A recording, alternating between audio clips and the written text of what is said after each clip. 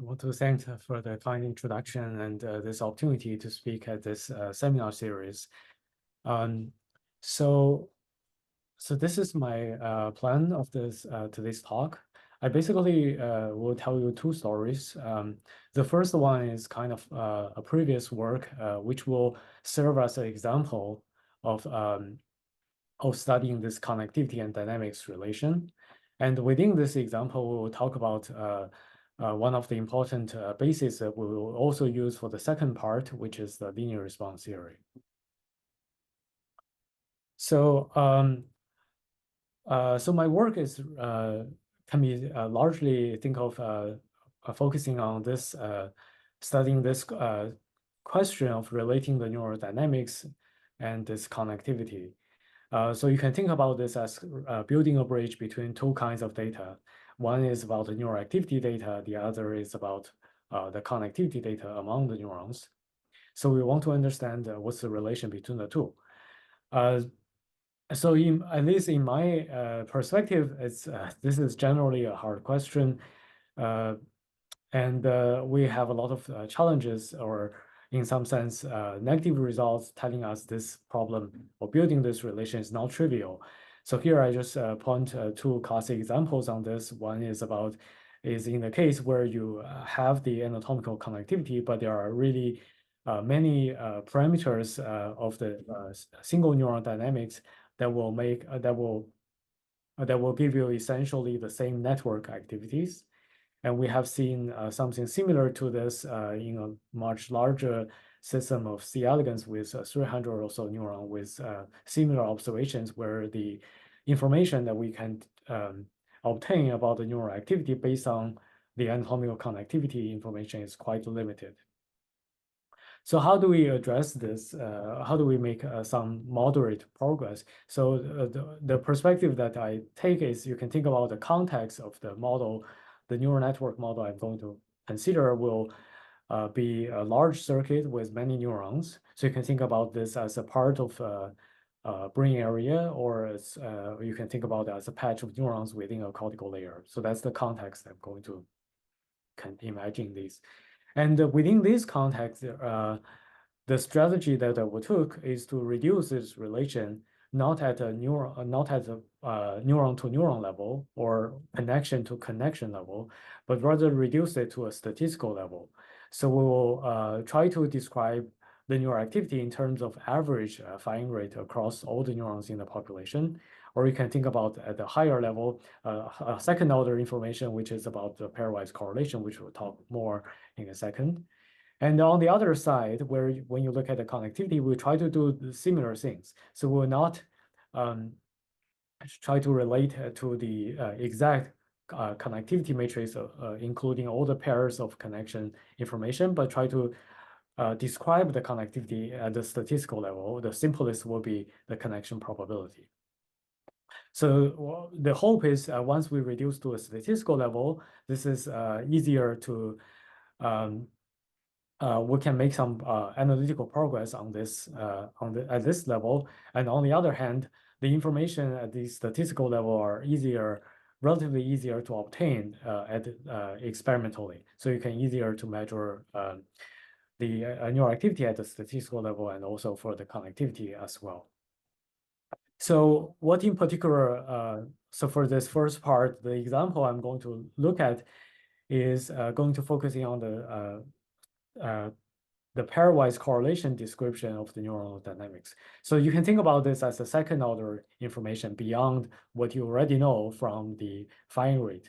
So this is, you can think about any correlations or relationship between the fluctuations of neuronal spiking within a certain time window T. And this fluctuations relationship can be described by a correlation coefficient.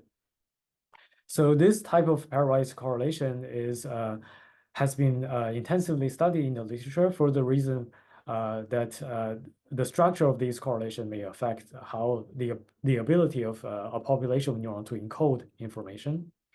And these correlations are also intrinsically related to the underlying connectivity between neurons. For example, there are a lot of effort in the literature trying to infer connectivity information, the directed interactions based on these pairwise correlations.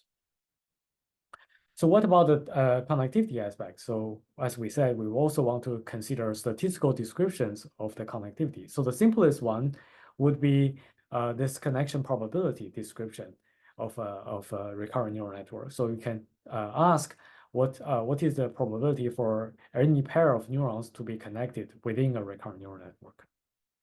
So this is also closely related to the so-called random graph model for the neuron for the recurrent neuron connectivity network. In particular, this Erdős-Rényi random graph, where we determine the neuron to be connected or not for each pair independently with a certain probability p. And once they are connected, we can give them a same connection weight of W0. So this is really a very simple random graph model to describe the recurrent neural network connectivity. But we know this is not sufficient to describe all the structure that we observe in biological circuit. In particular, there has been observed experimentally that they are beyond a random connectivity structure called described by the so-called motif structure. So a motif is really a subgraph, a predetermined subgraph. And once you have determined this subgraph, you can go into the actual biological network to count how many times this subgraph has occurred. And if you see the occurrence, the number of frequencies of seeing this particular subgraph is deviating from a random shuffle from this Erdős-Rényi random graph, then we can say that there is a motif structure that present in this actual graph, which is represented in this particular data set by these bars. So these bars that you see are deviations beyond a random shuffle graph. So this motif structure has been observed in many brain circuits, and it's also being of interest for theoretical studies because there are a close relationship between the learning and through synaptic plasticity.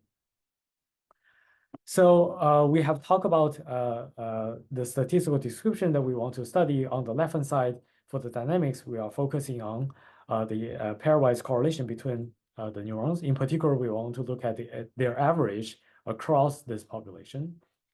So that will be one number describing the average level of correlations. On the right-hand side, we are going to consider the basic statistics for connectivity, which is the connection probability. And we can also talk about statistics of a subgraph, which is the motifs. You can think about it as a generalization of connection probability. So how can we build this relation between these two types of statistics? Well, so let me tell you a little bit about really a pioneer work on this, try to build this relation. So it's this paper from Zhou et al. From Doan's Nijkamp's group. So they are studying essentially very much similar problems of building this relation between the level of synchrony. So you can think about synchrony as a case of strong correlation with the motif structure described at up to second order motif level. So here, second order, which we'll also use in later part, refers to considering motifs consisting of two edges. Right. So there are four possibilities of having a connected graph with two edges, so which is listed over here. So either reciprocal, converging, or diverging and chain. So those are the four possibilities. So what they have done is to generate graphs with these different frequencies of these second order motifs, and then simulate a spiking neural network with that connectivity graph. All of these connectivity graphs have exactly the same number of connection probability or the same number of connections. They only differ in second order motif structures. And then they can compare the level of synchrony, which is represented by the color here in the bottom graph, in these simulations to see how the color or the level of synchrony depending on the frequencies of these different motifs. So here in each plot, they are looking at the dependence on two out of these four motifs. So this is so from these simulations, you can study indeed find out certain motifs has a stronger impact on these level of synchronies and how strong these impacts are based on, for example, by describing in numerical impact factor. But this approach has a limitation. If you, in the sense, if you want to think about beyond not just the second order motifs, but in principle, you can ask what are all the possible subgraphs that can affect this level of synchrony, or for us, the average pairwise correlations. Then this numerical simulation-based approach becomes impractical because there are astronomical number of possible subgraphs if you look at up to subgraphs containing up to 10 neurons. So this gives us the indication that we really need to at least try to make some analytical understanding to complement the numerical studies. So this is our second criterion to build this relation. Not only we want to focus on this relation at the statistical level, but we also want to try to make some analytical progress in building this relationship. So next, I'm going to tell you how we can approach this analytically. So the idea is really to restrict to simple case of dynamics, such that we can have a relatively simple relationship between the dynamics and the connectivity. So the type of model that I consider is a spiking neural network model with a recurrent connection described by this, with a weight described by this matrix Jij. So there's nothing special here. All the neurons are essentially a version of integer and fire neurons, and they are driven, they experience the background noise, which will make their spiking fluctuate. And they also have this interaction term, which come from the network interaction described by the Jij. So this is fairly standard. And the basic tool to describe their dynamics is based on the so-called linear response. So this is basically thinking about the network interaction part as to be weak, relatively weak. So you can think about this as a perturbation to the neuronal dynamics without the network interaction. So without the network interaction, you can understand the integer and fire neurons under the noise fairly comprehensively. And you can also understand how much, once you put in this recurrent neural network interaction, how much the neuronal spiking would change in response to that. So that is summarized by this A function, which is going to perturb the output of the neuronal spiking based on this convolution. So this is the entire neuronal dynamics, this highly nonlinear integer and fire neuron is described by this neural response function AIT convolved with the perturbation, which is the network interaction. So this is really the approximation or ansatz for this linear response theory, which has been extensively studied in the literature. So this now the neuronal dynamics can be summarized by this AIT, which for integer and fire neuron can take either one of these forms depending on the state of the neuron. So what this gives us is once we take a Fourier transform, which we will go from the time domain into the frequency domain, which is now you see everything depending on the frequency omega, is the linear algebra expression between the covariance matrix and the connectivity matrix J. So, and here I is an identity matrix. A is this diagonal matrix containing all the neurons response. And in the middle, we have another diagonal matrix describing the neuronal covariance in the frequency domain without the perturbation term. So without the recurrent neural network, neurons are only related to itself, so only have the autocorrelation part in the diagonal and nothing in the off diagonal. So that's the linear algebra expression in the frequency domain. So this type of, despite the simplicity of this linear response approximation, it works fairly well in the so-called asynchronous firing regime. So you can think about roughly that the neuron firing are not periodic, are not strongly locked to each other to see a temporal pattern like the upper raster plot situation. So it's more like the lower one, and the correlation are relatively weak. A rule of thumb of correlation can be think about as 0.3. So at this level, you can use this ansatz to have a very good meaningful prediction of the correlation. So here is showing a plot in the time domain. So we are going to further simplify this for my talk by looking at zero frequency, so no longer depending on the frequency. And also crucially, I'm going to assume the neurons are identical. So I no longer have this diagonal matrix, but I have a scalar multiplied to this. So this further reduces this relationship into this equation in the bottom. So I really have now a relation between matrices.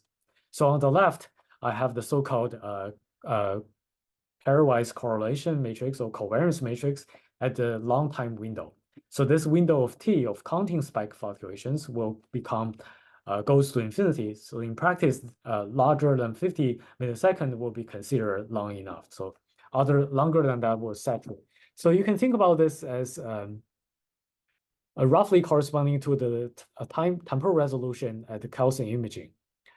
So we are looking at not high resolution correlation, but slow time scale correlation. So that's give us this scalar matrix of C containing all the pairwise correlations. On the right-hand side, we have the connectivity matrix J, which tell us the information about connectivity part. So this linear response theory successfully built a bridge between our dynamics and the connectivity, namely between the C matrix and the J matrix. So this seems to achieve our goal of building this relation. But remember that we are not quite there yet because we want to look at the statistical level description. So in particular, on the left, we only care about average information across all the entries for the C. But with this equation, we cannot yet reduce the right-hand side onto some average statistical J yet, right? Because to calculate the right-hand side, we do need the information for all the J. So that's the kind of non-trivial challenge, even coming from this simple linear response, linear algebra relation between C and J. So this challenge has been dealt with before using the idea of first expanding the series into infinite series, which will become moments of this connectivity matrix J, and they naturally relates to a certain kinds of, but not all kinds of motifs. And then further, the other idea that will be important to obtain a meaningful approximation for the right-hand side is to not only looking at the moment statistic for the J or the moment or the frequency information for the statistics, but you really want to look at the so-called cumulant statistics of the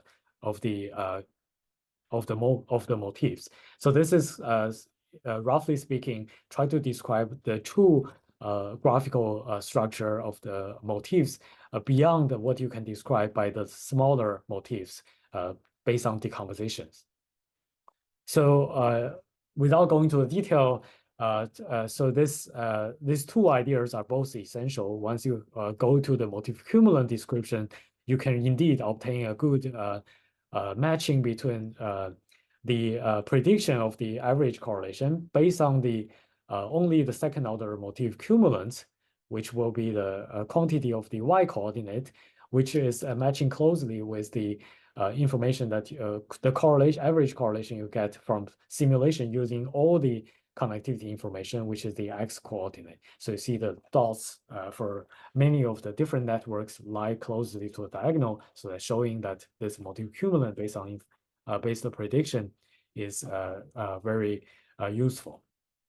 So to summarize this example I have told you, you can successfully build a link between dynamics and connectivity at the statistical level. So for the dynamics, the statistical description is the population average pairwise correlation. And if you only care about this, you don't need to know the full information about J. You can only tell me very limited information about J, which include the connection probability and also second order motif frequencies for a lot of connectivity matrix that you will see in a typical recurrent neural network data. And the way to achieve this is to by describing the connectivity information at the motif cumulant level. Right, so this motif, so if you think about the rationale of this example work, so you can think about the benefit. One of the benefit of having approximation theory, but but the understanding the link is really on the analytical level, is the benefit that you can generalize some of the approach to other scenarios. So here I just without going into detail, but show you that there's a general three type of way of generalizing this motif cumulant decompositions for different left-hand side, for different dynamics. So if you are curious not about population average correlation, you talk pairwise correlation, you care about something else, you can still try to modify the motif cumulant approach. And I like to think that the reason that you can apply a similar approach in different problems is thanks to the nature of this analytical understanding. Okay, so so that's the first part. Now I'm going to move to the second part, which is the main thing I want to explain to you today. So this is work done together with Chaim Saplinsky. So what we want to do is really to think about what type of data that we have that we do not have, experimental data that we do not have, let's say 10 years ago, 20 years ago. So one way to look at the difference in the type of experimental recording, in particular for neural activity data, is the amount of the number of simultaneously recorded neurons. So the number of simultaneously recorded neurons increase exponentially or even super exponentially with over time, thanks to the technological advancement experimentally. So this type of information fits very well if you want to study this covariance matrix C I showed you earlier. So this C matrix is the square matrix, which includes all the pairwise correlation. So with the simultaneous recording, let's say for a large number of neurons, you can just use one piece of data of these many neurons recorded over time and to calculate this square matrix at once. Okay, so it's very straightforward to go from the neural activity to calculate this square matrix. But not only this, so this allows us or allow people in computational theoretical neuroscience to focusing on information or structures of neural activities that can be described by the so-called multidimensional structures. So they are no longer scalar informations, but more like informations described for a linear subspace or the so-called manifold. So here are just some examples which will fall into the category of this multidimensional structure. So this wouldn't be possible or wouldn't be convenient if you only have recording of a handful of a neuron at a time, despite that you may be able to repeat the handful of neuron recording for many times. But these informations are much more readily available when you have a large number of neurons being simultaneously recorded. So for at least for these four examples, they are closely related to some analysis that many of you are familiar with, this principal component analysis, which we'll talk about a little bit more in detail.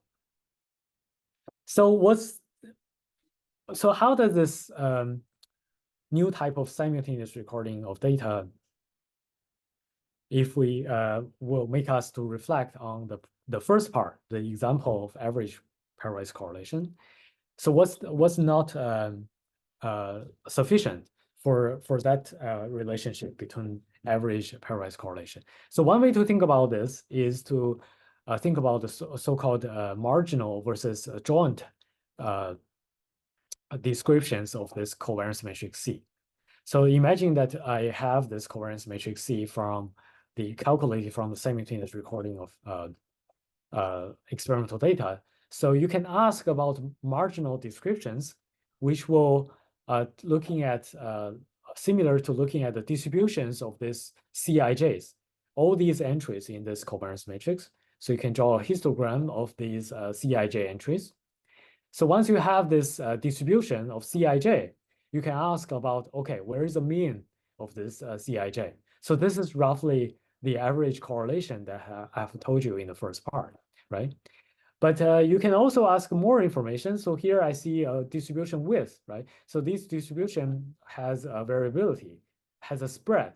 So this spread can be described by the variance of these CIJs.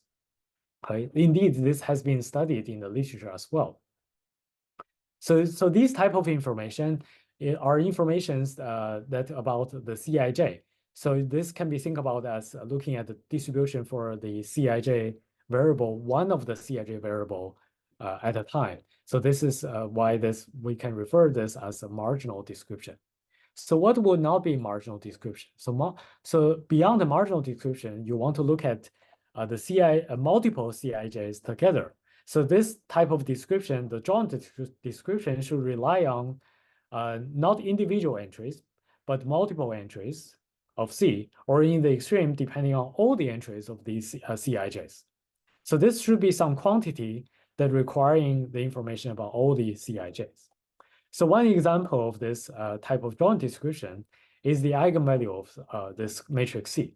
So imagine if you want to calculate the eigenvalue of C, you do need to know the entire matrix, all these entries at once, right? So you cannot in particular calculate the eigenvalue if I just give you the CIJ distribution. If I tell you this distribution of CIJ, the histogram, you wouldn't be able to calculate the eigenvalues. So that's why the eigenvalues of this covariance matrix C is an example of the so-called joint description. And if you think about the experimental data of simultaneous recordings, so these joint descriptions really requires the simultaneous recording, right? So if the CIJs are obtained in one set, in one simultaneous recording, then you can calculate the full matrix C at once, and then you can calculate the joint description. But for the marginal descriptions, in principle, you don't require to calculate all these C matrix at once, right? So you can obtain at once. You only in the minimally you can only as long as you record 2 neurons at one time, but you repeat many these 2 neuron recordings many times, you can still obtain this distribution of CIJ. Right? So that's why the marginal description doesn't necessarily requires the simultaneous recording that we nowadays have, but the joint description does. So that's our motivation why we want to go beyond the marginal description, but to look at how can we relate the joint description of dynamics with connectivity. So so the particular dynamics, so the particular description of dynamics that we are going to look at relates precisely to these covariance eigenvalues, these lambda i's of C's. So why we are interested in this? So one reason is that these eigenvalues are related to something else which have received intensive interest, which is called dimensionality. So this dimensionality refers to the dimensionality of neural activities. So you can imagine on the left, looking at the left figure, looking at the trajectory of a population consisting of 3 neurons. So you can look at how these 3 neurons activity changes over time. So you can draw a curve over the duration of an animal performing the task. So once you have collected this over many trials, you can ask how these curves occupy the space, the 3-dimensional space of the 3 neurons. Do they occupy the 3-dimensional space fully, or they are constrained in some lower dimensional manifold? So this type of question can be described in a simple way using this particular dimensionality measure, which is calculated by the formula over here. So this particular measure calculates the numerical dimensionality. So it's a real number, but it can distinguish the cases where the neural activity occupy the 3-dimensional space very much versus they are much more constrained. So you can use this numerical value of dimensionality to distinguish those 2 cases. So how do we calculate this dimensionality measure? So you can see from the formula, it depends on the lambda i's. So these lambda i's are precisely the eigenvalues of this covariance matrix C. So to recap, once you have the simultaneous recording, you can get this covariance matrix C at one time, and you can calculate the eigenvalue from the matrix C, and then you can use this formula on the top to calculate the dimensionality. But our goal is to calculate these eigenvalues themselves, or to look at the distributions of these eigenvalues themselves. So one natural question is, once you have the eigenvalues, you can certainly, or the distribution, you can certainly calculate lambda, the dimensionality. But you can also intuitively, the distribution of eigenvalues tell you additional information. So in particular, you can think about these eigenvalue distribution tell you about the geometry of the neural manifold beyond just knowing the dimensionality. So here in these cartoon, so the two different colors shows you an example of two neural manifold of the activity, which has exactly the same dimensionality, but has two different sets of eigenvalues. So you can see they have a different geometric structure, but the numerical dimensionality are roughly similar. So that's the additional information given by the spectrum. We have also other reasons, other three kind of motivations to why we want to look at these covariance eigenvalue distribution. So one thing is related occurs when we look at these brain-wide recordings, calcium imagings of, in particular for this larval zebrafish. Once they're look at, so this give you essentially all the neuronal activities across the brain for this small animal, while the animal is doing spontaneous or performing some visual task. But once typical analysis that we perform for this type of data is to reduce the neurons into clusters. But if you look at each cluster, within the clusters, neurons have very similar activities. So that's shown by the population average activity, which is the solid curve. But you also see some standard deviations drawn as the shade, which represent the individual neuron differences from the population average. So the neurons within the cluster are similar, but not identical. So a natural question to us is, what about, is there any meaningful structure of these neuron to population average deviation? The simplest hypothesis that you can have for these deviation is that they are simply just purely independent noise. Right? So this model is easy to write down. So the individual neuron activity is just some population activity plus independent noise, which are independent across neurons. So for this type of deviations, you can describe what would happen for the, what would you expect for the eigenvalues for this covariance matrix C? So this is well described by the so-called Marchenko-Pastel law studying in probability or statistics. So this distribution of these lambdas, so lambdas, by the way, are all positive and real. So their distribution, if you're looking at the histogram or the probability density function, will be something on the real axis. And this Marchenko-Pastel law tell you the distribution should be one of the curve out of this one parameter family. So the histogram for these lambda i's should look like one of these skewed shaped curves. So you can go ahead and looking at this calcium imaging data in larval zebrafish across different clusters and see whether it explains the deviation. So the short answer is doesn't quite capture the histogram of these lambda i's. So in this example, the green curve is the best fit from one of the Marchenko-Pastel law. But you can see it doesn't explain, doesn't fit the histogram very well. In particular, it seems to struggle to capture these large eigenvalues. But these large eigenvalues are not just a couple of outliers. It's hard to say whether these large eigenvalues are a continuous tail or really a singular number of outliers. So this is also one of the reasons that we want to understand how can we have a theory to describe this eigenvalue distribution. Okay. So that's our first motivation. Secondly, if we look at the literature, so by the way, so these eigenvalues are not something strange or they are actually quite familiar. So these are the exact eigenvalues that you would calculate if you are performing a PCA for these neural activities over time. So this matrix of neural activity, neurons versus time, if you perform PCA, give you exactly the same eigenvalues. So this analysis has been done in a lot of these experimental analysis. But when people do PCA, they tend to focusing on the outlying or the large eigenvalues. So for example, this particular paper looking at propose a model to explain what is the structure of the large eigenvalue or the eigenvector associated with the leading eigenvalue in these PCA analysis for the neural activity. But very little attention has been paid onto these smaller eigenvalues. But in these data, these eigenvalues, smaller eigenvalues, are really numerous. So it's fair to ask whether we can learn any information about the underlying circuit or about the population of neuron from these small eigenvalues or their distribution, which is what we are going to study. So that's our second reason. So there's the third reason, which is a technical method that you would probably ask when you are doing a PCA. So I will explain this later on in the end when we talk about the particular application in the PCA. So this is a third motivation is a way to improve the PCA analysis that's routinely done to analyze these experimental data.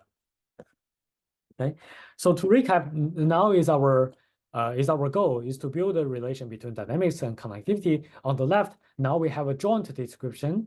So this crucially rely on the recent simultaneously recorded population of data, and the description is the histogram or the probability density function for these lambda i's for this covariance matrix C.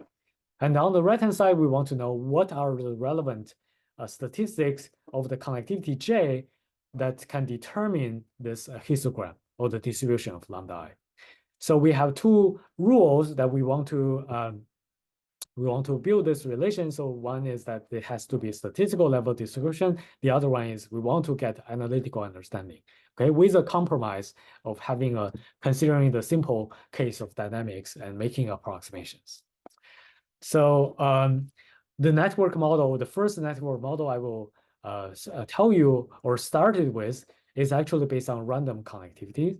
So this is the simplest possible model. So in this case, I'm also looking at the so-called Gaussian distributed Jij random connectivity. So each entry Jij is drawn from a zero mean Gaussian distribution, and they are independent. Okay, you can roughly think about this as a very poor model for EI balance network. It's an EI balance because the mean for Jij is 0. So there's only one parameter for this random connectivity, which is this parameter G. And you can think about this as describing the variability or the strength of recurrent interactions. But nonetheless, this is a widely used model in theoretical recurrent neural network studies. So on the dynamics part, if you remember the first part where I told you about how do we treat the spiking neural network, the approach that we use is a linear response theory, which give you a simple linear algebra relation, right? So this is a linear approximation. You can think about that as a Taylor expansion. So in this case, I actually directly started from a linear dynamic. So this is not even doing an approximation. So let's just start with this very simple dynamics of linear neurons. So of course, this would give rise to the same exact linear algebra relation between C and J. So this equation, which is the same as approximation from the spiking neural network, now become exact for this linear dynamics. And the linear dynamics have very boring dynamics, which is basically a fluctuation around steady state. But let's see whether in this boring dynamics, do we see anything non-trivial about the covariance matrix. So here is a brief summary of our approach. How do we calculate analytically for this eigenvalue distribution in this linear dynamics, linear neural network? So the approach is started from this classic work, which calculates the eigenvalue distribution for the covariance matrix, for the connectivity matrix J, for the random connectivity J. So one of their results is to use this so-called log potential under this random network model. So we realized that this log potential that they calculate, which has this two-parameter dependence, epsilon and eta, can be also repurposed to calculate the eigenvalue distributions for the C inverse. Okay, so which is covariance matrix inverse. So C inverse as eigenvalue is just the reciprocals of the eigenvalues of C. So if we can calculate the C inverse eigenvalue distribution, of course you can calculate the C matrix eigenvalue. So you can repurpose this log potential, which already obtained in this paper, by not taking epsilon go to 0, but keep epsilon to be some a finite value, and also extend it to complex value. So you can take a derivative against epsilon, in particular for this log potential, and then you get something, the so-called Stieltjes transformation of this C inverse matrix. So this is a generating function for the probability density function for C inverse. Once you have the equation for this Stieltjes transform, you can solve for the Stieltjes transform because it's a polynomial equation. Once you solve for the Stieltjes transform, you can apply an inverse transform to get to go from the generating function to the probability density function. Okay, so this is a standard inverse transform, and that allows you to get the explicit closed form expression for the probability density for the C inverse. And as I mentioned, from C inverse, probability density is trivial to get the C's eigenvalues probability density. So the end result is this formula. So fortunately, this can be written down in some sense in a closed form. It's basically based on a solution of a cubic equation. And this closed form equation tells us a family, and this is one parameter family because we only have one parameter G describing the variance of Gij in this network model. So this one parameter family tells you the distribution shape of the eigenvalue. So this is again, all these curves corresponding to different G's to show the probability density for this lambda I of the covariance matrix, of the eigenvalue of covariance matrix C. So you can already see this distribution looks different from the Marchenko-Pastor family. And this distribution confirms some basic properties for these eigenvalue distributions, where the distribution is always smooth and also unimodal. So it's always have one peak. And especially when G is large, you can have a long tail, but there's always going to be a finite support. So there's always upper limit for the probability density. So there's always an upper edge which you can calculate by this formula. So what do we learn from this covariance spectrum or eigenvalue distribution? So one basic thing is that we can recover the known result about dimensionality, which already been derived in the literature, because the dimensionality given by this formula can be think about based on the first two moments of these eigenvalues. So once you have the distribution, you can get the moment in exact form. But the distribution also tells you, for example, the higher moments, if this becomes, for any reason of interest in certain contexts. The other thing that we noticed that potentially interesting for this family of distribution is about the tail. So how do we describe a scale distribution's tail? So we realized that if you take G to be moderately close to its upper limit, so because this is a linear network, so you cannot take G beyond 1. Otherwise, the network will blow up because it's linear. So G has to be less than 1, the maximum value. So if you take it to be moderately close to 1, let's say 0.7, then the tail can be fairly well described by a power law, which is given simply by this equation. So here in this plot, the dashed line is this power law equation being plotted against the exact PDF for the eigenvalue distribution. You can also see this relationship between the two more closely in the log-log scale in the inset. Okay, so this approximation obviously become better if you take G close to 1, but I guess these numerical plots try to convince you that you don't have to take very close to 1 to already see a good description by the power law. So the power law may be of interest because there are also similar observations in experimental data in hippocampus, mouse hippocampus, as well as in other parts of the mouse brain that has been made in the literature. And in fact, these papers actually propose a theoretical model to explain the observed power law. But the model that they propose are based on latent variable models. You can think about it as a feed-forward network model to generate a covariance matrix and also generate a covariance matrix spectrum to get the power law distribution. So you can think about in this perspective, so our model provide an alternative mechanism, not based on feed-forward network, but based on local recurrent neural network interaction to generate also a power law distribution for eigenvalues.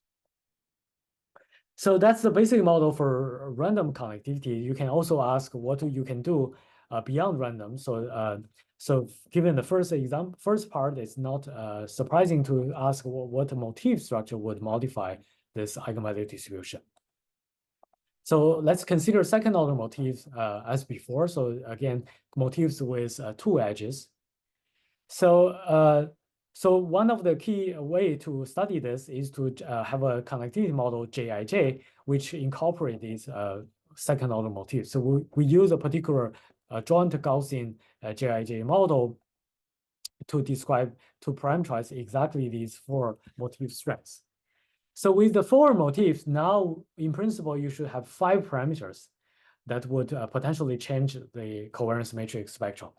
So now the spectrum should depend on not only G, but also these frequencies of these 4 motifs. But intriguingly, that we find that you can reduce this 5 parameter dependence onto only 2, only depending on the effective G and the effective the reciprocal motif frequency. So all the other motifs modify the spectrum, but they modify through modifying the effective G and reciprocal by these formulas. So this would change the distribution for the eigenvalues through these 2 parameters. So if you look at the effect of these reciprocal motifs, indeed, it can modify the spectrum and also modify the dimensionality beyond what has been derived by, for example, the so-called eigenvalues as abscisca, or the G relative for the largest eigenvalue for the connectivity matrix J, right, which is illustrated by this graph. So this is a purely additional effect that introduced by this reciprocal, because all these cases, the GR has been fixed. Right? So you can fix this largest eigenvalue for J, but still make changes to the shape of eigenvalue distribution and also to dimensionality. And that can be described exactly by the theory. So what's also nice about the spectrum is that it's a curve rather than one scalar description like the dimensionality. So being a curve has the benefit of being robust. So here, these 2 results shows that if you modify our model, so let's say if you introduce introduce a low rank structure into the connectivity J. So now the connectivity J is no longer random and no longer just have the motifs, but have a low rank component. So this would introduce in general outlier eigenvalues in this covariance matrix as illustrated by here.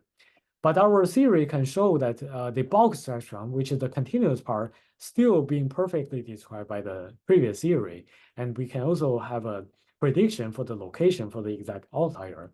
In particular, these outliers also occurs in the case of motifs, because the motif frequencies can be thought of as low rank structures in our Gaussian model for the connectivity matrix J.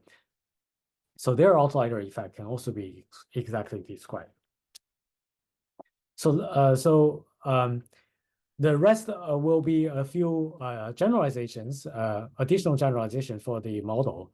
So for the Erdős-Rényi connectivity we mentioned earlier, it has a crucial difference where the connectivity is largely 0 for many of the pairs, whereas the Gaussian connectivity model has non-zero connection for a lot of that. So you may wonder whether that changed the distribution. So the short answer is it doesn't. So you can also use the same theory to describe the eigenvalue distribution for Erdős-Rényi. And another interesting model is to introduce 2 cell types, for example, excitation and inhibition network, and also requiring it to follow Dale's law. So this can be also done to a certain extent with a particular subclass of EI network, restricting that the E and I neurons have the same variance. But when you go beyond this restriction of equal variance for the excitatory neuron and inhibitory neuron, the theory will no longer become exact, so as illustrated by this case. So when the ratio becomes very different, you will see some deviations, but it would still qualitatively describe. the spectrum shape, and they can be also recovered if you focusing on only the excitatory neuron covariance matrix. So lastly, so we can consider several important effects that will be relevant if you want to apply the theory to experimental data, because the experimental data have finite size, and the experimental data has finite length of recording. So this is what we call sampling time. And you may also only observe a subset of neuron. So all these effects can be accounted for in the theory. So this would introduce additional modifications to the spectrum. And lastly, a kind of numerical exploration beyond the linear system, you can introduce nonlinear neurons and observe in simulations, at least in some basic regimes, that the theory can also describe this nonlinear dynamics eigenvalue distributions. So lastly, we can go back to the zebrafish data that we started from and observe that indeed the red curve from our theory provide a much better prediction for the eigenvalue distribution comparing to the green curve, which from the independent theory. And this is true for a lot of these class functional cluster that we see. Okay, so you can go back to for the PCA analysis. So one of the challenges that people would face is how do you separate out outlying eigenvalues from the small eigenvalues? So this the short message that I want to mention is that if you know the small eigenvalue distribution from our theory, then you can fit a small eigenvalue distribution, and the upper bound from the support will tell you where exactly you want to have a cutoff to separate out the outlying eigenvalues. And this simulations at least shows that indeed this will help you to separate out signal from noise, comparing to the case where you do not know the distribution for small eigenvalues. So that's potentially another application. Okay, so to quickly summarize, so we have told you in the second part a link between dynamics and connectivity, and in particular, this is the example of the so-called link for the joint description of the dynamics with the statistical level of description of the connectivity, and we find out that there are two values that will be relevant. One is for variance of the connectivity, the other is for the reciprocal connection frequencies. Okay, so I think I'm going to stop here, skip this some of the recent work that extending this some of the covariance spectrum stuff. And this is the reference for the work that has been published in PLOS Computational Biology. Thank you for your attention.